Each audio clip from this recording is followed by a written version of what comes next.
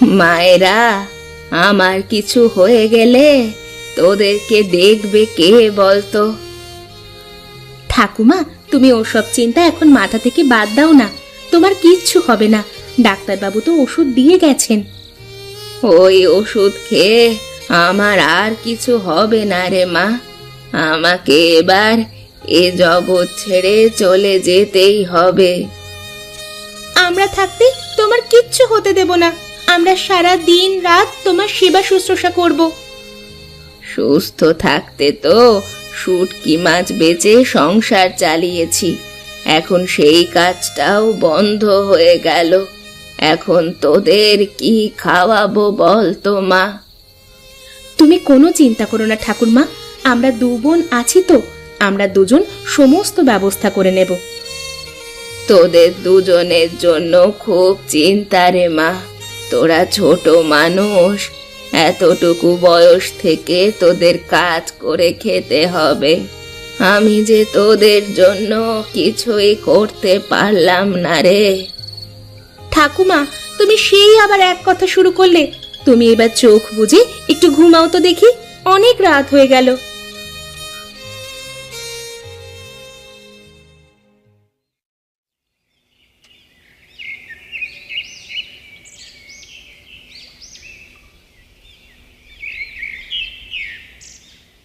দিদি, আমাকে দে, আমি বরং উঠোনটা ঝাড়ু দিয়ে দিই।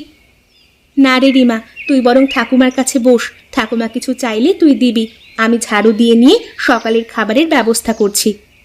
ঠিক আছে দিদি, আমি ঠাকুরমার কাছে গিয়ে বসছি।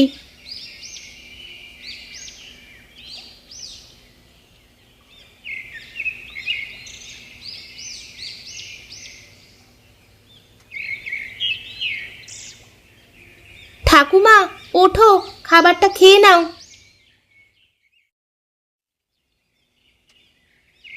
হ্যাঁ রে মা রুমেলা, হারান কালকের কিছু টাকা আমার কাছ থেকে পাবে। তুই বরং টাকাটা একটু দিয়ে আসিস হারান কাকাকে। ঠিক আছে, আমি তোমাকে খাইয়ে দিয়েই দিয়ে আসছি। রিমা, তুই ঠাকুমাকে দেখিস, আমি বরং টাকাটা হারান কাকাকে দিয়ে আসি।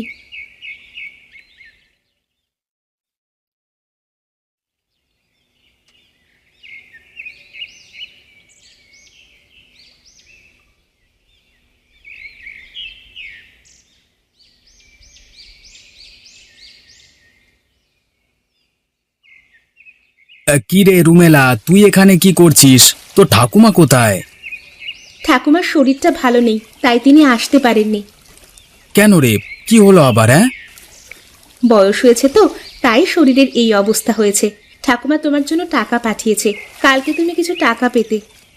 আরে এসব আবার পাঠানোর কি দরকার ছিল? উনি সুস্থ হলে তারপর না হয়। ঠাকুরমার মনোবল একদম ভেঙে গেছে, বারবার বলছে সে নাকি আর উঠতে পারবে না। হ্যাঁ, বয়সটা অনেক হয়েছে তো। এতদিন কি খাটনিটাই না খেটে এসেছেন, এখন তো তাহলে ঠাকুমার শুটকি মাছের ব্যবসাটাও বন্ধ হয়ে গেল। না কাকা, বন্ধ হবে না। আমরা দু বোন থাকতে ব্যবসা বন্ধ করতে দেব না। কিন্তু তোরা বাচ্চা বাচ্চা দুটো মেয়ে, তোরা কি পারবি? অবশ্যই পারবো হারান কাকা, তুমি শুধু আমাদেরকে মাছ দেওয়া বন্ধ করো না। আরে মাছ দেওয়া কে বন্ধ করেছে? তুই আমার কাছ থেকে বিনামূল্যে মাছ নিয়ে জানা। না কাকা, বিনামূল্যে মাছ নেব না, তবে ব্যবসাটাও বন্ধ করব না। তুমি কালকের টাকাটা রাখো, আর আজকে আমাকে কিছু মাছ দাও, আমি তোমাকে কালকে টাকা দিয়ে দেব। ঠিক আছে, নিয়ে যা।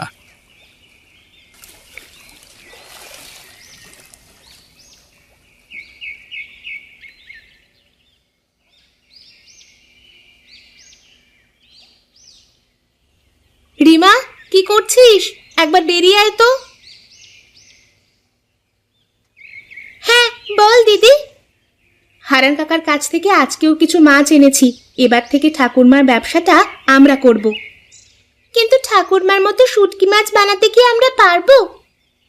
না রে বোন, ঠাকুরমার মতো শুটকি মাছ বানাতে আমরা পারবো না, আর বানালেও লোকজন সেগুলো পছন্দ করবে না। তাহলে কি করবি দিদি? আমরা টক মিষ্টি ইলিশ মাছ প্রস্তুত করব। টক মিষ্টি ইলিশ মাছ? সেটা আবার কি করে করবি? এক্ষুনি দেখতে পাবি। তুই যা, রান্নাঘর থেকে সর্ষের তেল, তেঁতুল, নুন আর চিনির প্যাকেটটা নিয়ে আয়। আমি ততক্ষণ ইলিশ মাছগুলো ধুয়ে কেটে প্রস্তুত করি।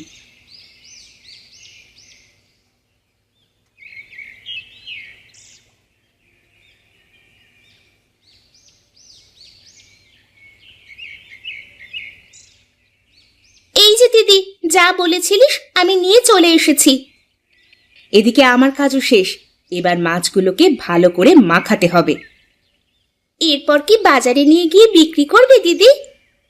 হ্যাঁ করব, তবে আজকে নয়। আজকে মাছগুলোকে রোদে শুকাতে দেব, তারপর কালকে বাজারে নিয়ে গিয়ে বিক্রি করব।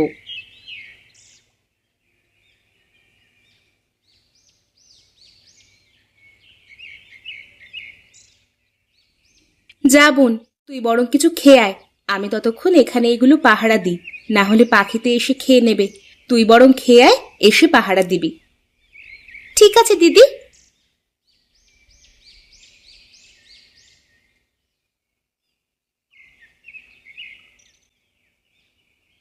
এবার মাছগুলোকে তুলে নিতে হবে। বিকাল হয়ে গেল, আর এখানে ফেলে রাখা ঠিক হবে না। রিমা, ঘর থেকে একটা শিশি বোতল নিয়ে আয়।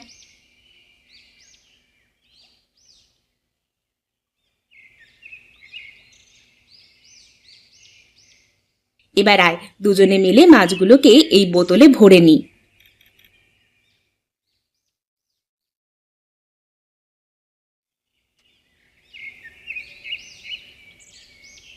রিমা, তুই ঠাকুমার খেয়াল রাখিস কেমন? আমি বাজার থেকে ঘুরে আসি। তুই কিন্তু কোনো মতেই ঠাকুমাকে একা ছাড়বি না। না দিদি, ও নিয়ে তুই কোনো চিন্তা করিস না। ঠিক আছে, আমি তবে এলাম কেমন?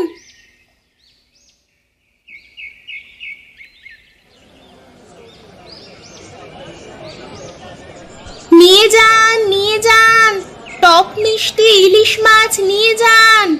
একবার খেলে বারবার খেতে ইচ্ছে করবে। আরে বোন, টক মিষ্টি ইলিশ মাছ মানে এগুলো কি করে খায়? গরম তেলে হালকা ভেজে গরম গরম ভাতের সঙ্গে খান। যা মজা হবে না খেতে, আপনি কল্পনাও করতে পারবেন না। তাই নাকি? তাহলে আমাকে 500 গ্রাম মতো দাও দেখি। তা কত টাকা দেব তোমাকে? আপনার হয়েছে 60 টাকা।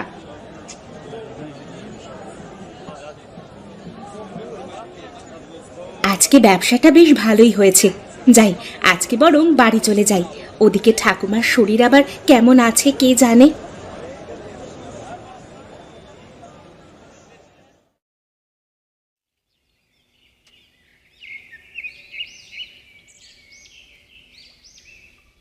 উড়ি বাবা, এটা আবার কি জিনিস? এটা তো শুটকি মাছ না। তাহলে কয়েকটা মাল এখান থেকে সরিয়ে ফেলতে হবে। এই তো হলো সুযোগ। এবার আমাকে দেখ কে। এই সুযোগে আমি কয়েকটা মাছ হাতিয়ে নিয়ে কেটে পড়ি।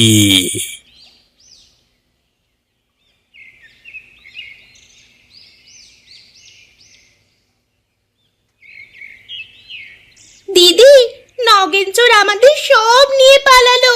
জলদি বাইরে আয়। এই কেলো করেছে রে, ধরা পড়ে গেলাম যে।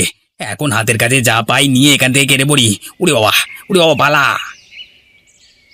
কি হলো রিমা, তুই চিৎকার করলি কেন? নগেন চোর আমাদের সব নিয়ে পালালো। বলিস কি রে, তোর চোখের সামনে ঘটনা ঘটলো?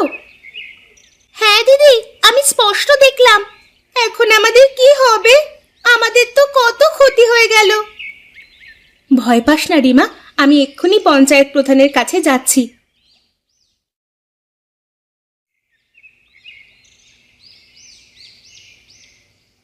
মা রুমেলা, কি ব্যাপার? তুমি এখানে কি করছো? কি হয়েছে? তাই নাকি? নগেনের এত বড় সাহস! দাঁড়া, আজকে দেখাচ্ছি মজা। এই, কে কোথায় আছিস? নগেনকে এই মুহূর্তে এখানে ধরে নিয়ে আয়। আজকে ওর একদিন কি আমার একদিন।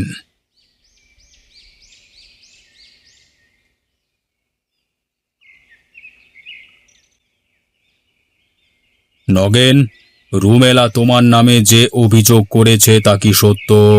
কি অভিযোগ প্রধান মশাই? আমি তো কিছুই জানি না। একদম মিথ্যা কথা বলবে না। আমার বোন রিমা নিজের চোখে দেখেছে তোমাকে চুরি করে নিয়ে আসতে। আমার সমস্ত মাছ তুমি চুরি করে নিয়েছো। ও এমন ভাবে নিজের ভুলটা স্বীকার করবে না। পিঠে উত্তম মধ্যম দিতে হবে, তারপরই ও মুখ খুলবে। গ্রামবাসীরা, নগেনকে 2-4 ঘা দাও দেখি। উড়ি বাবা, উড়ি বাবা লাগছে। হ্যাঁ মোড়ল মশাই, উঠানে শুকাতে দেওয়া মাছ থেকে এত সুন্দর গন্ধ ছড়াচ্ছিল, আমিও লোভ সামলাতে পারিনি প্রধান মশাই। তা কি এমন জিনিস উঠানে শুকাতে দিয়েছিলে রুমেলা, যে নগেন গন্ধ পেয়ে একেবারে লোভ সামলাতে পারেনি? প্রধান মশাই, ওগুলো হলো টক মিষ্টি ইলিশ মাছ। আমি আর আমার বোন নিজের হাতে তৈরি করেছি। তা আমাদের একদিন খাওয়াবে তো? অবশ্যই প্রধান মশাই, আপনাকে আমি নিশ্চয়ই একদিন খাওয়াবো। ঠিক আছে, ঠিক আছে। নগেন, রুমেলার জিনিস চুরি করবার জন্য তোমার আজ থেকে শাস্তি হলো, তুমি রুমেলার কাজে আজ থেকে সহকারী। ও যা বলবে তোমাকে তাই করতে হবে। এর অন্যথা হলে তোমাকে তাহলে এই কাজ ছাড়া করব। না না প্রধান মশাই, অন্যতা হবে না, আপনি যা বলবেন তাই করব। বাবা,